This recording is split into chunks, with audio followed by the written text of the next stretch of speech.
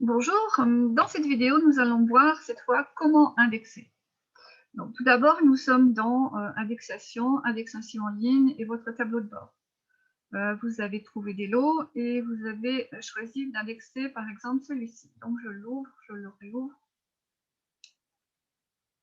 C'est un lot de recensement.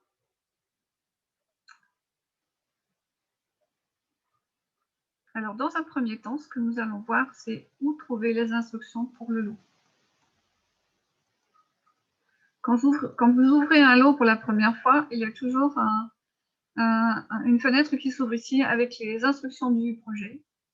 Une fois que vous l'avez réouvert, les instructions du projet se trouvent toujours ici, en bas à gauche. Donc, quels sont les renseignements à indexer et toutes les informations et les points à retenir, les informations qui vont vous permettre d'indexer ce lot. Alors, quelquefois, des lots peuvent vouloir se ressembler, mais les instructions peuvent être un peu différentes. Donc, il est important de prendre connaissance des instructions du projet chaque fois que l'on commence à indexer. Un autre endroit pour trouver de l'aide, vous le trouverez tout au long de l'indexation dans la colonne de gauche.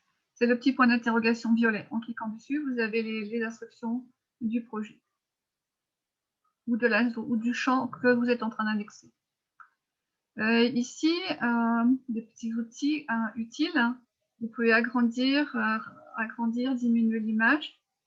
Vous pouvez inverser les couleurs, c'est-à-dire que quelquefois, ça peut être plus lisible quand c'est inversé. Aussi, vous avez le petit livre ici qui va vous montrer, si vous en avez besoin, l'image d'avant ou l'image d'après. Par exemple, on peut voir qu'ici, en haut, Balu Marie appartient à la famille de la page précédente. Donc, il vous suffit de fille de la précédente. Voilà. Il vous suffit de cliquer sur le petit livre. Ça, c'est l'image que nous sommes en train d'indexer et ça, c'est l'image précédente. Donc, il sera possible d'aller visualiser le reste de la famille de la page d'avant.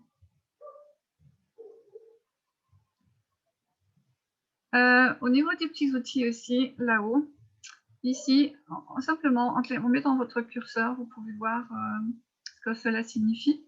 Marquez que le champ est vide. Marquez que le document est vide. Marquez que le champ est illisible. Ici, on peut ajouter une ligne. Si on en a oublié une, on peut mettre une interligne et l'ajouter, ou en supprimer une si elle est en double.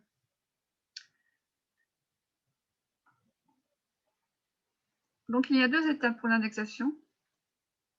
D'abord, on doit définir si l'image est indexable ou non.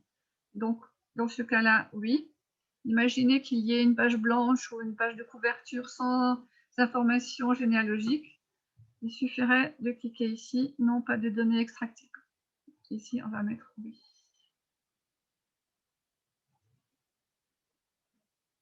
Et toujours ici, des instructions.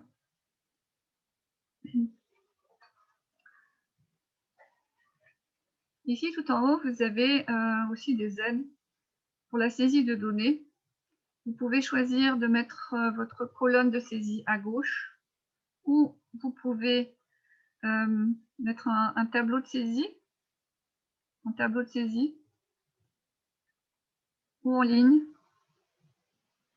ce qui est peut-être plus pratique pour les recensements, ou alors en ligne avec une seule ligne. Ou alors, vous pouvez aussi faire apparaître une règle pour vous aider à suivre les lignes.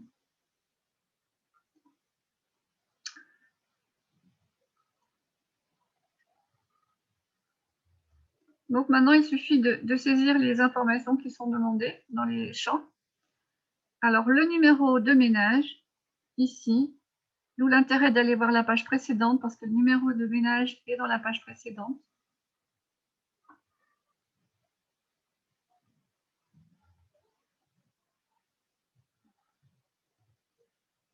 On va le trouver ici. C'est les parents le couple de parents. C'est le ménage numéro, attention, il a 2 colonnes différentes.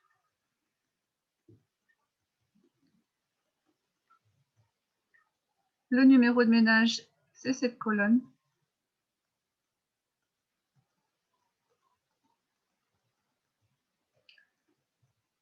Donc 399.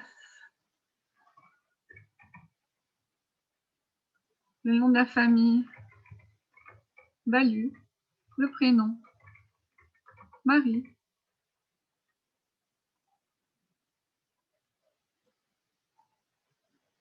L'état civil, c'est une fille. Une fille. Féminin, l'âge, 14 ans. Relation avec le chef de ménage, fille. Et comme toujours, dans chaque zone de saisie, il y a le petit point d'interrogation violet. Voilà, et on peut continuer en utilisant la barre d'outils, la règle, pardon. Donc on continue ligne par ligne. On est à la page 1 sur 60, donc ligne suivante, etc. Alors, si vous êtes interrompu en cours de saisie, vous pouvez retourner le lot dans votre liste du tableau de bord. Si vous avez terminé le lot, vous cliquez sur le petit icône enveloppe. Ça permet de transmettre le lot.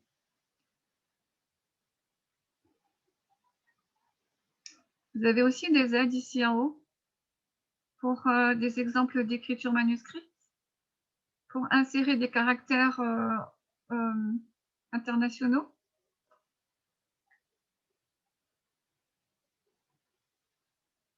Et aussi toujours ici de l'aide.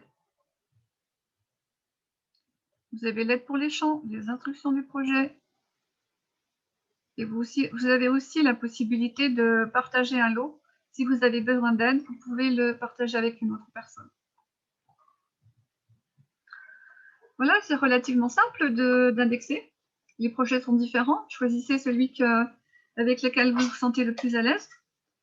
Et puis, vous pouvez toujours trouver les instructions à tout moment. Et puis, si vous avez des questions, faites-le nous savoir. Bonne journée.